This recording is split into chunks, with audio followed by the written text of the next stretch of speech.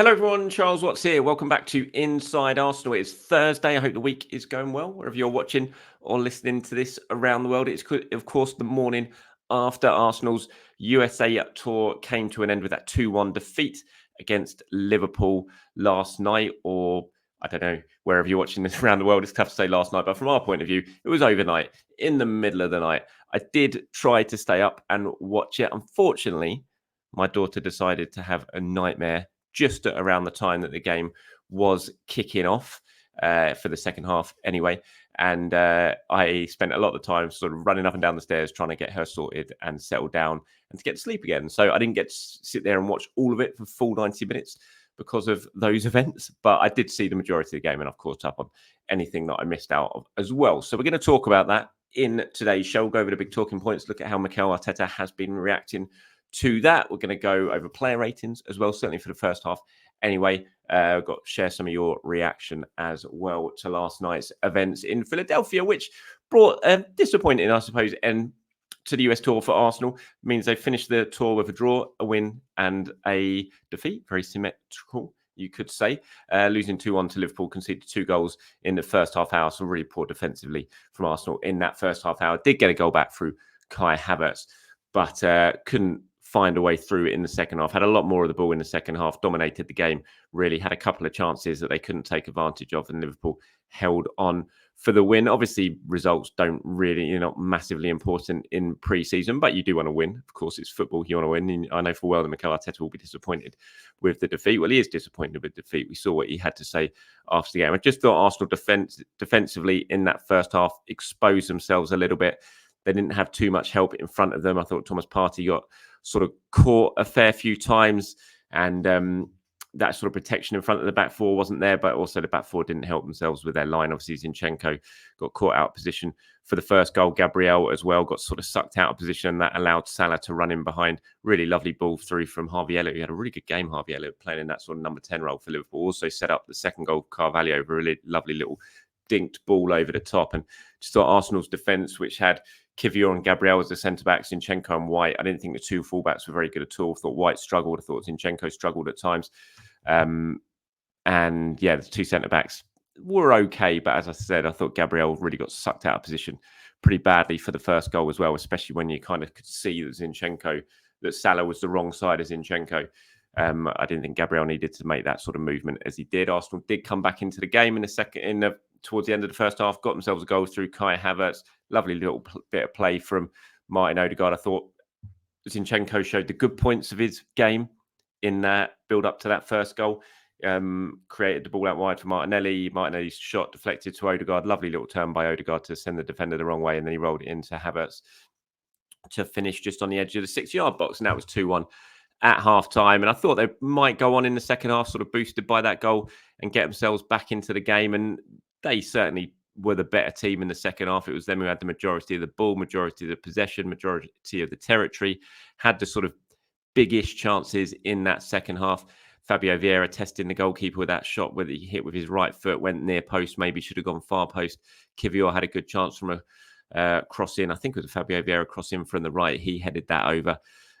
But it wasn't to be. And Liverpool held out for the win, which they'll be very happy about. I saw Arnie Slot's comments after the game. He was very happy about. I'm not surprised. And Arteta, like I said, although overall, results-wise, he won't be too bothered at the moment. You know, you don't want to lose a game, and he will be disappointed with that, I'm sure. And we'll have a look at what he had to say now, and it's clear there was some regret from Mikel Arteta in terms of what his team did do and, well, more importantly, didn't do in that game.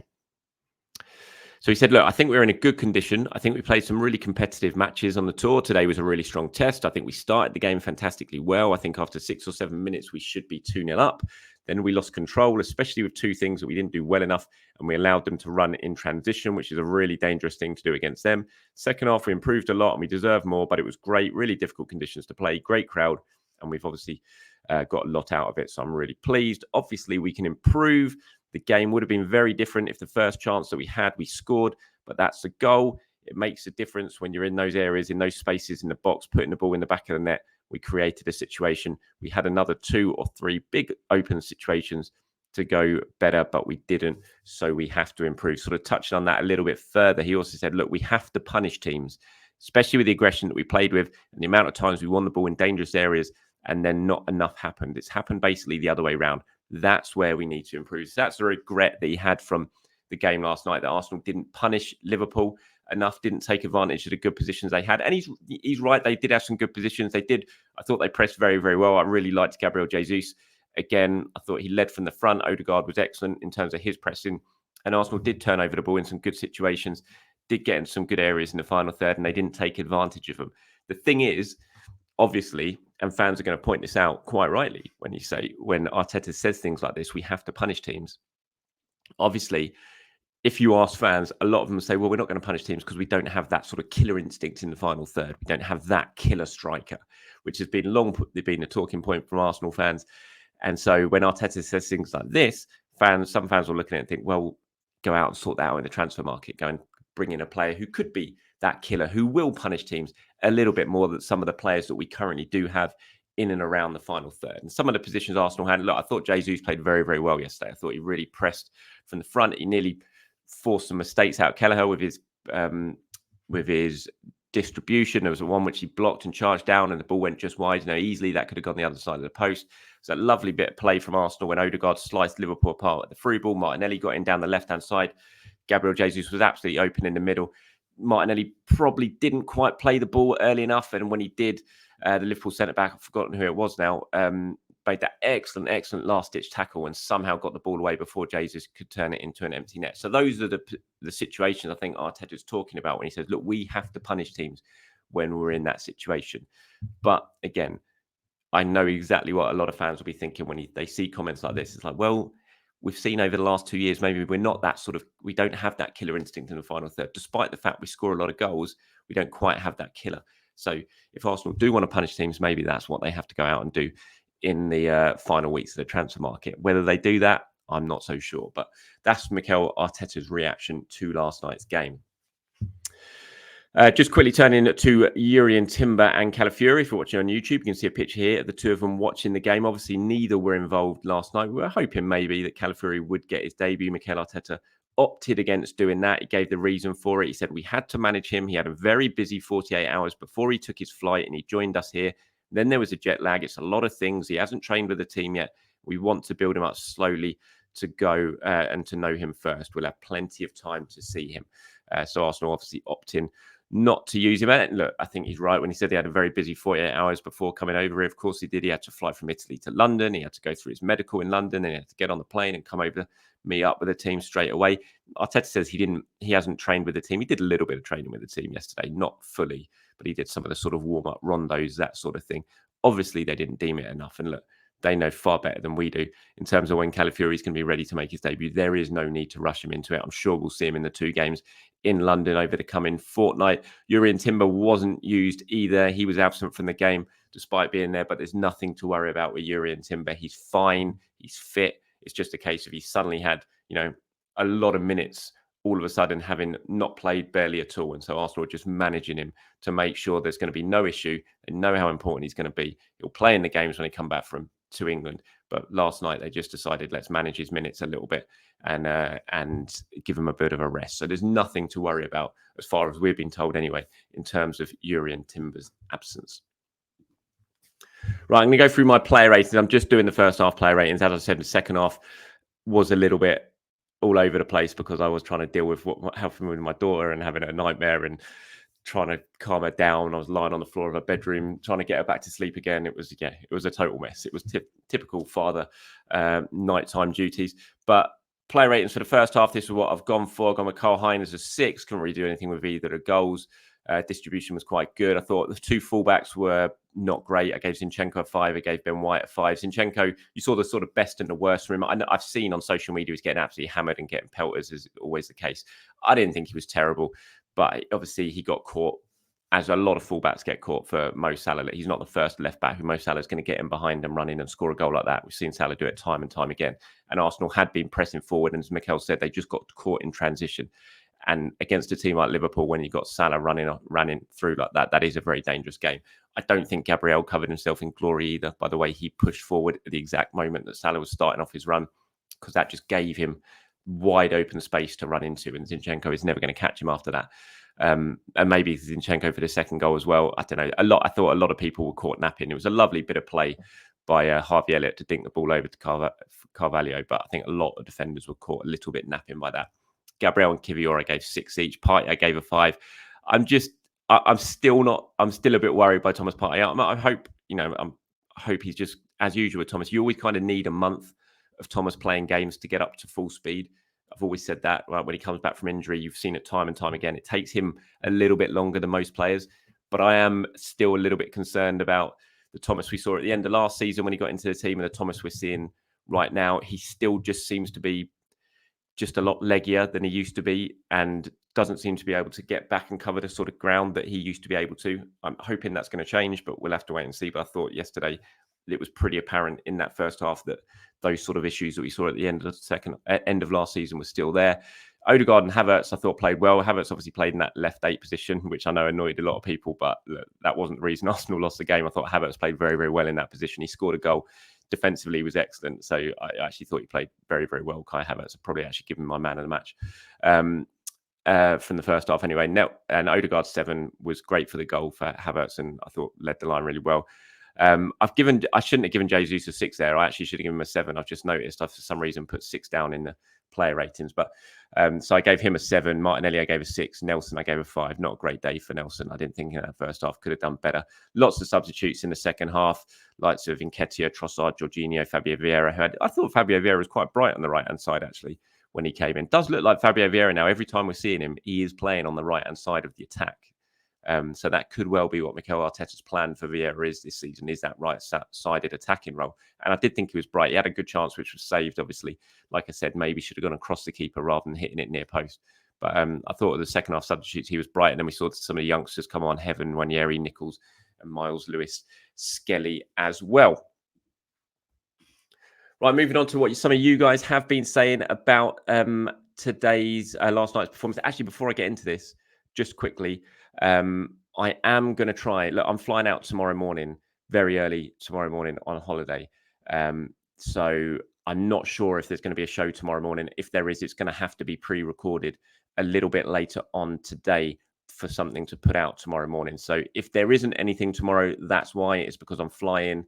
If there is, it's going to be a pre-recorded show, potentially with team news and ticks. We're going to just do a quick sort of transfer catch-up chat where we'll talk about Mikel Merino and stuff like that. It just depends if the timings work and we can get that recorded or not. But I am going to try and sit down with James Benge a little bit later on today as well, around lunchtime. It's going to be a quick Inside Arsenal extra time if we do get to do it. Sorry, I'm just darting around today trying to get bits and pieces sorted out last minute before the holiday.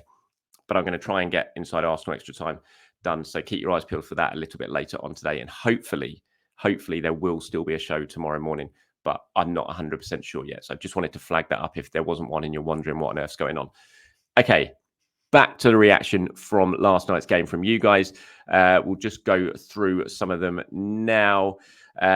Chicken Dippers says, hi, Charles, watch the game. I'm going to go straight to it. Arteta stated in his post-match comments that we must punish teams. We won't punish anything if Arteta, the manager, doesn't learn. Why the hell would he play Zinchenko and task him to mark Salah? Unbelievable. I don't want Zinni near this team. Full stop. Play him if you must in midfield, but not in defence. Well, look, I think, a lot of that yesterday was if they decided to play Timber, he probably would have started at left back in that game, but they're managing Timber's minutes, which is, perfectly understandable given what's gone on. Obviously, Calafiori wasn't quite ready to play in that team. Yesterday, they deemed Tomiyasu is injured. So it's like, well, what else were they going to do, really? And when you say don't put Zinchenko near the team, he's a very, very senior player in this Arsenal team. He's going to play. If he doesn't get sold this summer, he's going to play. He's going to play some games, and Arsenal are going to need him to play some games. So you can't just not have him near the team. And like I said, there were some good parts of Zinchenko's game yesterday as well. Aurora Freak says, hey, Charles, I watched the game last night. I'm sorry, but Partey was a horrible watch. Zinchenko was also below par. I know it's just pre-season, but the speed of the game is going to be faster every game now. I hope we sell those two, but I don't think there's any interest. I think they're going to struggle to sell either of those by the end of the window. Jaswent disagrees completely with your opinion there. Says, hey, Charles, Thomas Partey was fantastic today. Definitely he's building up his fitness and getting to his usual standards. That is world class. Thomas will have one hell of a season and win us some trophies. And also think people are harsh on Zinchenko. Yes, he's not the perfect defender, but he was fantastic in our build-up play and in an attacking point of view We should be blessed to have this kind of depth and variety. Keep up your good work, Charles. So I always love to get the different opinions on people who watch games and see things differently. Ricky says Zinchenko, Partey and Nelson need offloading. They no longer offer anything to this team. The youth that came on in the second half had more fight in them. I'd get whatever money we can for them now, give them the time to Lewis Skelly, Ranieri and Vieira, bring in Marino and keep Nketiah around and run with that until January. And then quickly moving on, got a bit of a longer one here from Pop Kolchik 4318 says, hello, Charles. Just watched the game against Liverpool. First 35 minutes were quite poor. No domination or combinations when in possession. Arteta certainly got into them at halftime and they were more on it without having a killer edge, though. It was good to see a goal back before halftime, and Zinni did well at the start of that move. But at that point, we were 2-0 down. The first being his fault getting caught shows why Calafiori is such an essential signing. Also, Vieira out wide doesn't work. He lacks the personality and belief to beat a man or grab the game by the scruff of the neck. That is my only issue with Vieira out wide, especially on the right-hand side. He's so left-footed. And I know Saka is as well. But I worry a lot more about, you know that Saka can still go on the outside and get the ball in on the right side with his right foot. I'm not so confident that Zinchenko has that in his game. I just don't think he's strong enough on his right foot to do that. So that is, I kind of agree, that is one area where I do worry about it. But I do think he played quite well last night, I thought, in the second half.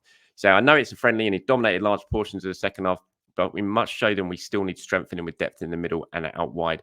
Otherwise, we'll end up in a situation where Arteta won't trust him and be left short. Be very interesting how we line up against Leverkusen, how we manage to go into the market when back on home soil. Cheers for content always. P.S. I was listening to James from Arsblog.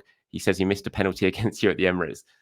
Consistent updates and clean sheets. Yeah, that was a penalty shootout. Well, it wasn't a penalty shootout. That was just us mucking around before our game when we played there last year, and he was taking a penalty. I heard that on Arsblog, actually.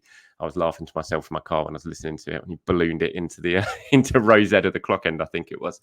But yeah, interesting points on the game there. We'll see how Arsenal improve. Look, when you talk about improving in the middle and out wide, obviously Arsenal know those are both areas that they want to improve, and I think they will improve. We know that the Marino stuff's ongoing at the moment. We'll wait and see if that gets done or not. All signs pointing to it potentially it being done, but until it is, you'd never know. And I still fully expect they are going to sign an attacker between now and the window as well. So they're very well aware that those are the positions that do still need strengthening. Right, that's it from me, everyone. Thank you very much for your time. As always, I do appreciate it. I'll hopefully be back tomorrow to do it all over again. But as I said, if there is no show tomorrow, it is because I am flying, literally taking off early doors in the morning, getting up at the crack of dawn.